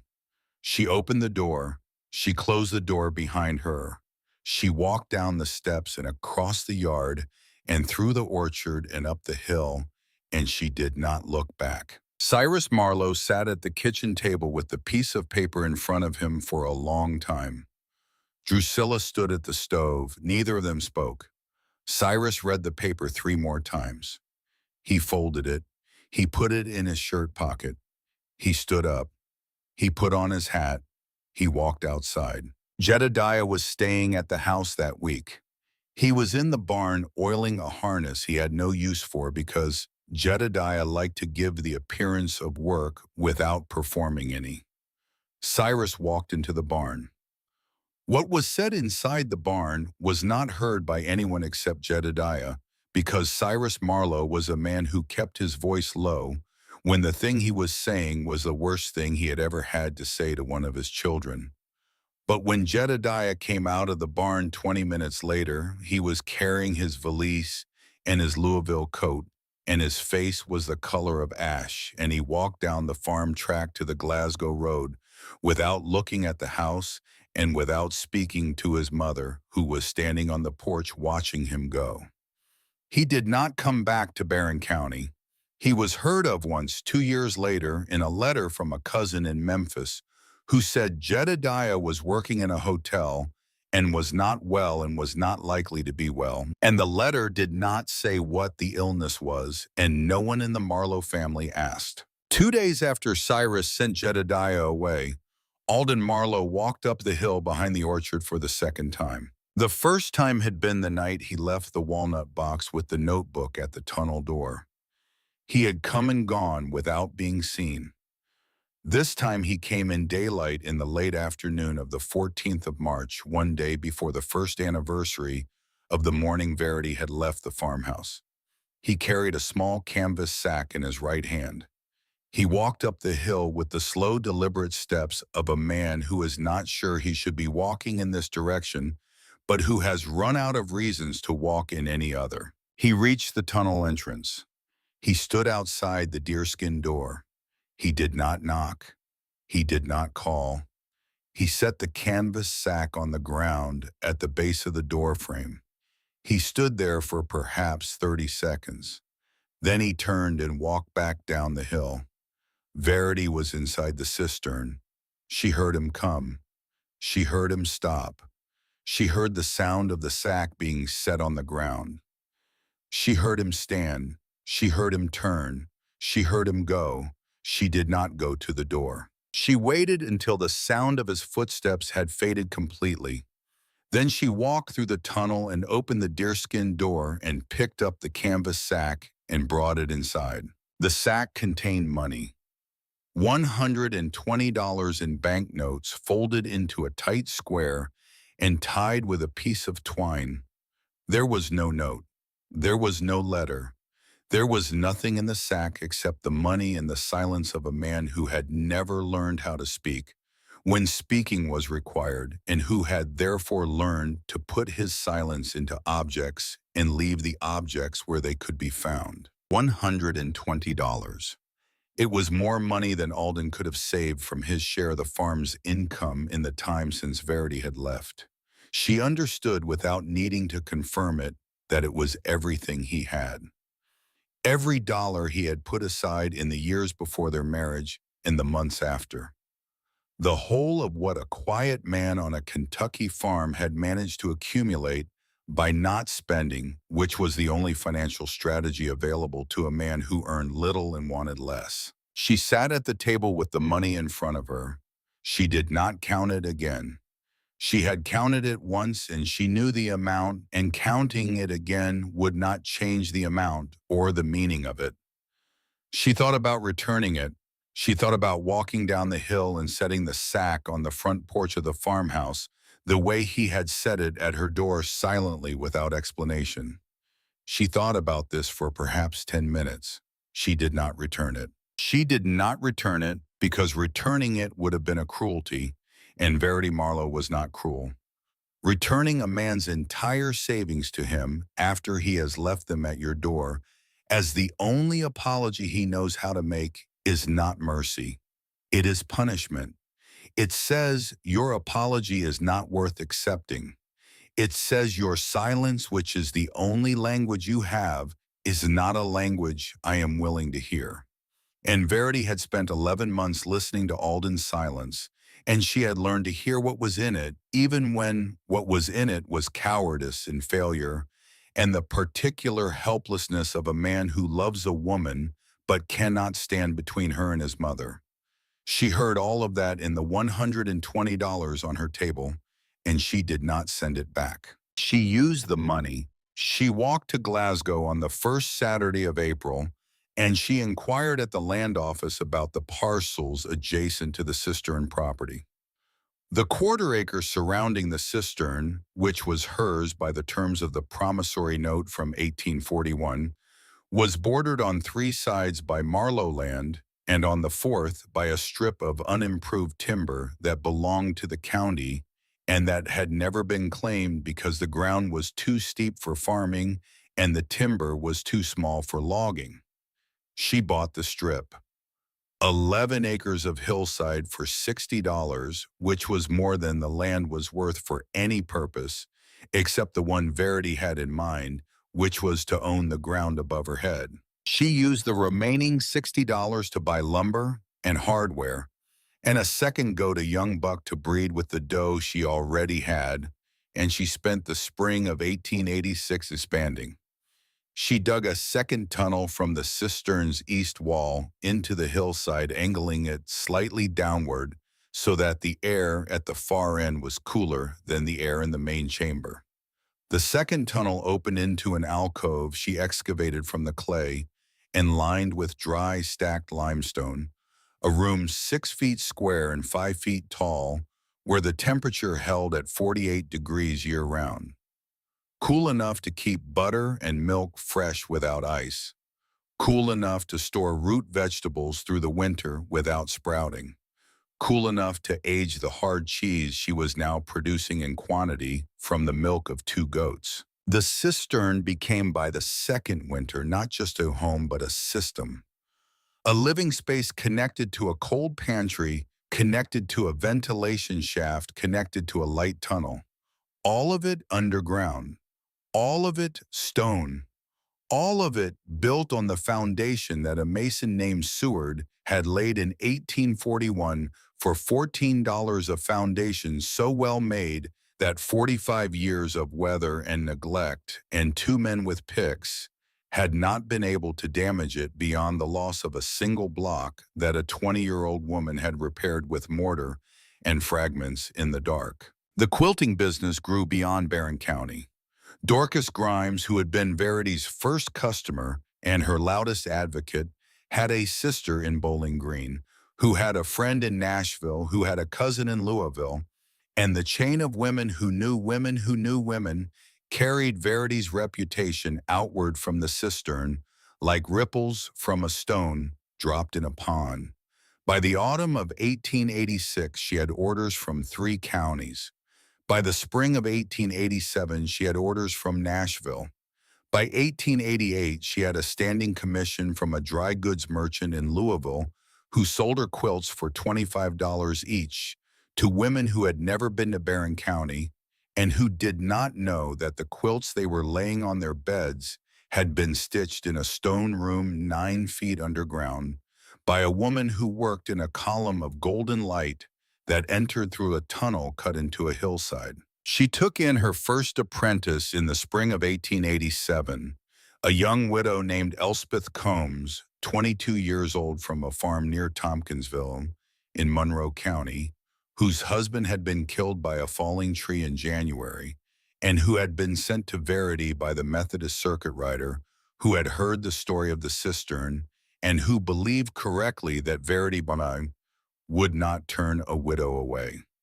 Elspeth arrived at the tunnel entrance with a canvas bag, not much different from the one Verity had carried up the hill 2 years before, and Verity showed her the cistern and the quilting frame and the golden light, and Elspeth stayed for 14 months and learned the applique technique and left in the summer of 1888 with enough skill to support herself and enough quilts in her bag to start her own trade.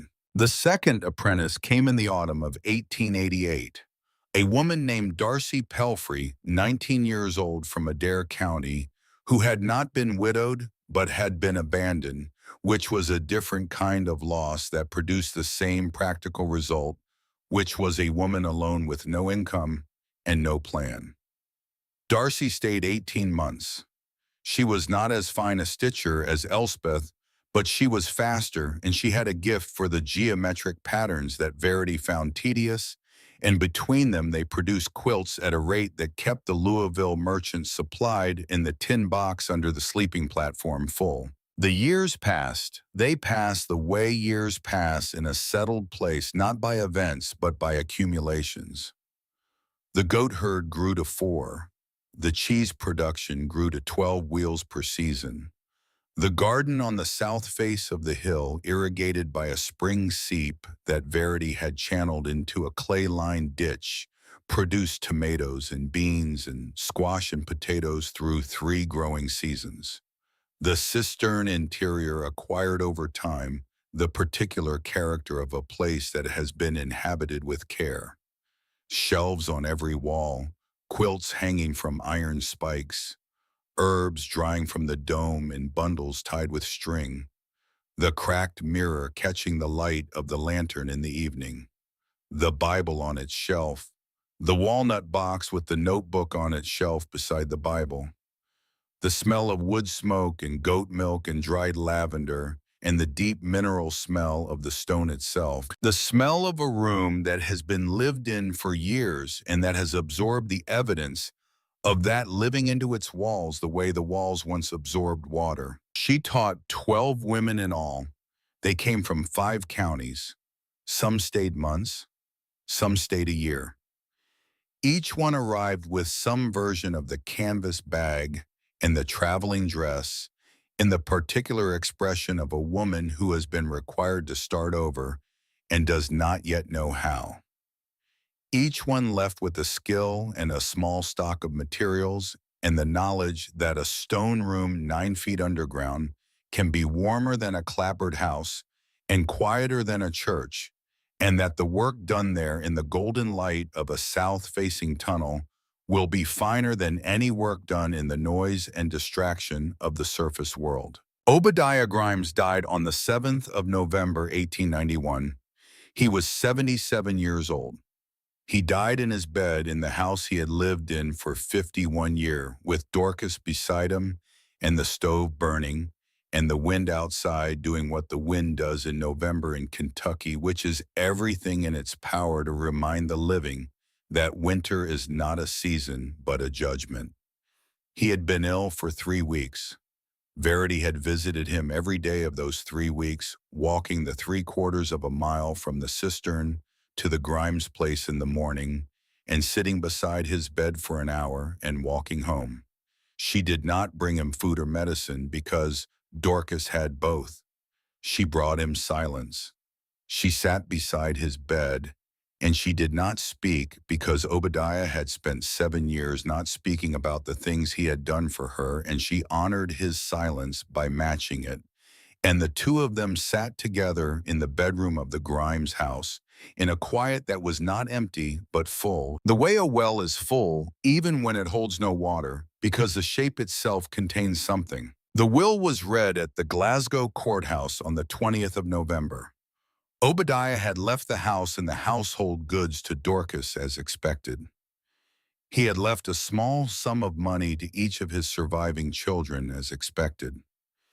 And he had left the land, all 40 acres of it, to a woman who was not related to him by blood or by marriage, in a bequest that was described in the will in a single line. To Verity Marlowe, the 40 acres known as the Grimes Tract in Barron County, for the reason that she has known how to be silent in the right way. The lawyer who read the will looked up from the page. He looked at Verity, who was sitting in the back of the courtroom in her gray wool dress. He looked at Dorcas, who was sitting in the front row. Dorcas did not turn around. Dorcas did not protest. Dorcas had known about the bequest for 2 years because Obadiah had told her, and Dorcas had agreed because Dorcas understood the same thing Obadiah understood, which was that land should go to the person who will use it and not to the person who is expected to receive it. After the reading, Dorcas walked to the back of the courtroom. She handed Verity a sealed envelope. She said he wrote this the week before he died. He said to give it to you after the will was read and not before. Verity took the envelope. She did not open it in the courtroom. She walked home. She walked the 6 miles from Glasgow to the Cistern in the November cold, and she sat down at her table in the golden light of the late afternoon, and she opened the envelope. The letter was 2 pages long, written in Obadiah's hand, which was the careful, square hand of a man who had been taught to write by a schoolmaster who believed penmanship was a moral virtue. The letter said that Obadiah had worked as a journeyman mason under Seward in 1841. He had been 27 years old. He had mixed the mortar. He had carried the blocks. He had helped lay every course of the Corbel dome. He had set the capstone himself under Seward's direction on the afternoon of the 11th of October, 1841, and Seward had stood back and looked at the finished dome and had said a thing that Obadiah had carried in his memory for 50 years. Seward had said, "This room will hold water for as long as the spring feeds it, and when the spring stops, it will hold whatever comes next, because stone does not forget what it was built to do. It only waits for the right thing to fill it." Obadiah wrote that he had not thought about Seward's words for many years. He had built his own house. He had raised his family. He had grown old. The cistern had gone dry in '73, and he had thought nothing of it because a dry cistern was no concern of his. But on the morning of the 15th of March, 1885, when a young woman with straw-colored braids and a canvas bag had walked up his lane and asked to borrow a sledgehammer he had known. He had known the way a mason knows when a stone is set right, not by measurement, but by feel. He had known that the girl was going to the cistern. He had known that the cistern was going to hold her. And he had known without needing to be told that what Seward had said 50 years ago was true, and that the room had been waiting, and that the right thing had come to fill it. He wrote that he had left the nails and the lantern and the ham at the base of the shaft on the first evening because a man who has built a room does not let a woman sleep in it without light or food or the means to hang her things on the wall. He wrote that he had not spoken of it because speaking of it would have diminished it, and because the girl had not asked for help, and because a man who gives help that has not been asked for must give it silently or not at all. He wrote at the end of the letter a single line. He wrote, "I built that dome with my own hands when I was 27. You are 27 now. The dome is yours. The land is yours. Do with it what Seward would have wanted, which is to say, do with it what you have already been doing. Hold what needs holding. Let go of what does not." Verity folded the letter. She put it in the walnut box beside the notebook. She closed the lid. She sat at the table for a long time. She was 27 years old. She owned 40 acres of land and an 11-acre strip of hillside and a quarter-acre surrounding a cistern that a mason named Seward had built in 1841 for $14, assisted by a young journeyman named Obadiah Grimes, who had carried the blocks and mixed the mortar and set the capstone and remembered every word his master had said, and who had waited 50 years to see the words come true. She had not remarried. She would not remarry. She had not borne a child. She would not bear a child. The 3 pages in the notebook in the walnut box, the pages about the names she would have chosen, and the quilt she would have made for the cradle remained the only record of that particular hope. And she did not read them again after the night Alden left the box at her door. But she had taught 12 women. She had taught them to cut and stitch and piece and applique. She had taught them to work in golden light. She had taught them that a room underground can be warmer than a house above ground, and that the silence of stone is not emptiness but presence. She had taught them without meaning to and without saying so that a woman who has been told she is not enough can build a life that proves the telling wrong, and that the proof does not require an argument or a confrontation or even a word spoken aloud. The proof requires only the work, the quilts on the wall, the cheese on the shelf, the goat in the pen, the fire in the hearth, the golden light in the tunnel, the dome overhead, 16 courses of limestone rising to a capstone, set by a man who built things to last and whose work outlived him by half a century and was still holding. In the spring of 1892, Verity planted apple trees along the south face of the hill. She planted 12 of them, one for each woman she had taught. The trees were small and bare when she set them in the ground, bare root stock from a nursery in Bowling Green, and they looked like nothing more than sticks pushed into the clay. But the spring seep kept the roots moist and the south face caught the sun, and by the 3rd year the trees were bearing, and by the 5th year the south face of the hill was an orchard, a small orchard that bloomed white in April and bore red in September, and that could be seen from the porch of the Marlowe farmhouse, 400 yards downhill, where Drusilla Marlowe stood on autumn mornings and looked up at the hill and saw the apple trees and the smoke from the cistern hearth rising thin and white through the ventilation shaft, and did not speak of what she saw, because there was nothing left to say about the girl in the cistern that had not already been said by the cistern itself. On an evening in October of that year, Verity sat on a cedar stool outside the tunnel entrance on the south face of the hill. The sun was going down behind the ridge to the west. The apple trees were heavy with fruit. The smoke from the hearth was rising through the shaft above her, thin and straight in the still air. The goats were grazing the hillside below the tunnel, their bells making a small, irregular music in the quiet. She held a cup of coffee in both hands. She watched the light change on the hills across the valley. She listened to the sound of the creek in the bottom, and the bells of the goats, and the evening birds, and beneath all of it, the silence of the stone behind her, the silence of a room that held whatever was put into it and did not let go. Some rooms hold water, some rooms hold people, and some rooms, when the water goes and the purpose changes and the right person finds the door, hold something that has no name but that lasts longer than water and weighs more than stone, and that fills the space so completely that the room itself forgets it was ever empty.